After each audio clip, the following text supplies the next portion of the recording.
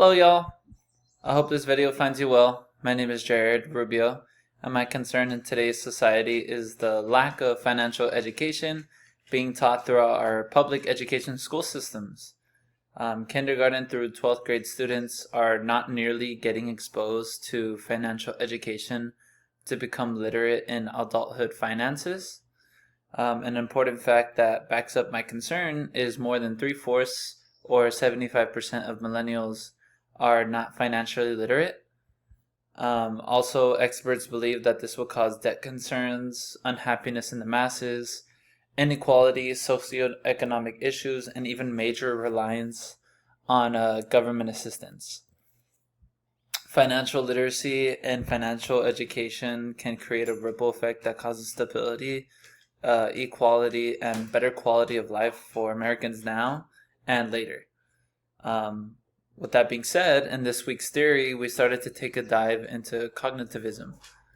So in this cognitivist approach, the theory that we're learning focuses on how learners digest, swallow, and process information. But in other words, it allows educators to get an in-depth insights of students' mental processes.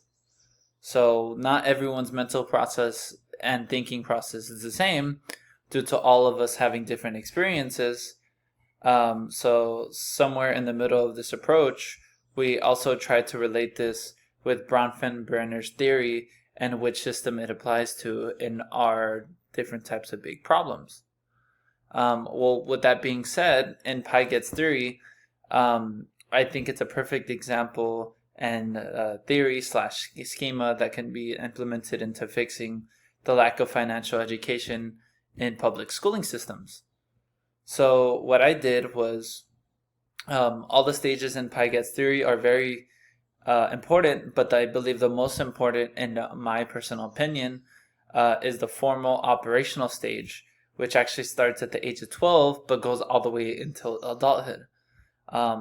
Complex lessons and coursework are more prone to be taught throughout the formal operational stage, which means that we can implement some of these complex lessons into some of these age group students' classes. So what are some examples of these classes and courses, you might ask? Well, Interest 101, Finance 101, Investing 101, Taxes, and maybe even Loans 101 101 as well, are all perfect examples of classes that we can add that are complex into the formal operational stage, which are students ages 12 through adulthood. Some required resources might just be that more teachers to teach these certain subjects. So instead of just hiring teachers with degrees in math or economics or statistics,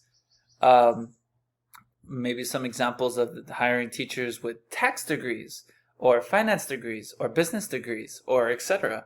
Any teachers that might be able to teach Interest 101, Finance 101, Investing 101, Taxes 101, and even Loans 101 would be more teachers that we would add into the payroll.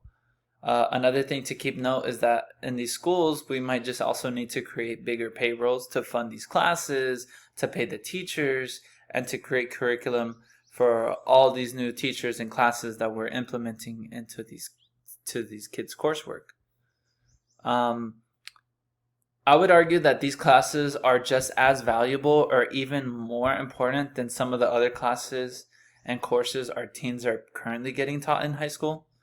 And that these future kids we are going to teach are going to be America's future.